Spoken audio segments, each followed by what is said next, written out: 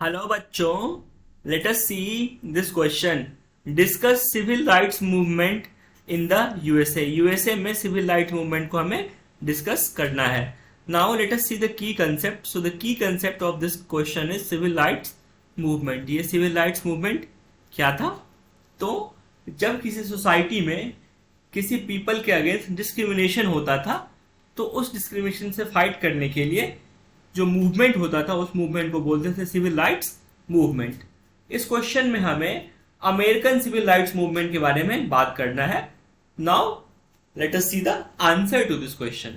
The African American civil rights movement 1954 to 1968।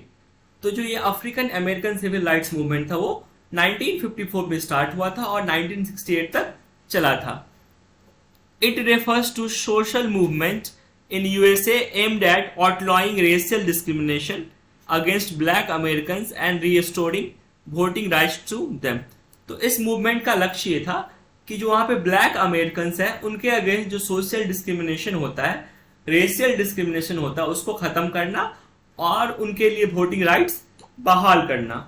Now let us see the second movement which black power movement. ये black power movement क्या था? The emergence of black power movement which lasted roughly from 1966 to 1975, enlarged aims of civil rights movement to include racial dignity, economic and political self-sufficiency and freedom from oppression by white Americans। तो ये जो black power movement था वो 1966 में start हुआ था और 1975 तक चला था।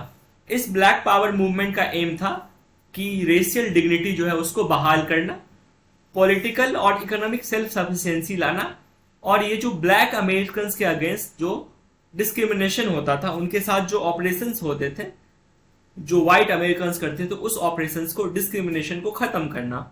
The movement was characterised by major campaigns of civil resistance. इस मूवमेंट में बहुत टाइप के सिविल रेसिस्टेंस हुए। Between 1955 and 1968 acts of non-violence and civil disobedience produced crisis situation between activist and government authority।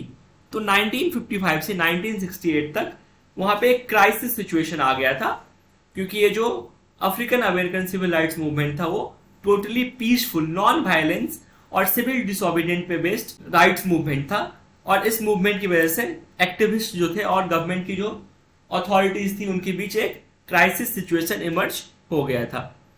Federal, state and local governments, businesses and communities often had to respond immediately to this situation that highlight the inequality faced by African Americans.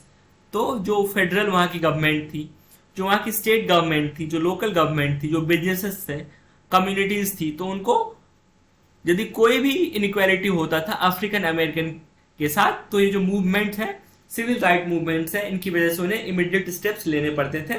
उनको इस situation को हमेशा देखना पड़ता था, response करना पड़ता था। Martin Luther King junior was the most prominent leader in African American civil rights movement. तो African American civil rights movement के मोस्ट प्रोमिनेंट लीडर कौन थे? Martin Luther King junior. He thought that black Americans as well as other disadvantaged group should be compensated for historical wrongs. और Martin Luther King junior ने बोला था कि ये जो ब्लैक अमेरिकन से अगेंस्ट जो सदियों से जो इनके अगेंस्ट डिस्क्रिमिनेशन हुई हैं, उन डिस्क्रिमिनेशंस के बदले उन्हें कंपनसेट किया जाए। जो हिस्टोरिकल रॉन्ग्स हैं उनको कंपनसेट करके खत्म किया जाए, उनको सही किया जाए हिस्टोरिकल रॉन्ग्स, राइट्स को, और उन्हें एक डिग्निटी दी जाए। I hope you understood it well. Thank you, best of luck.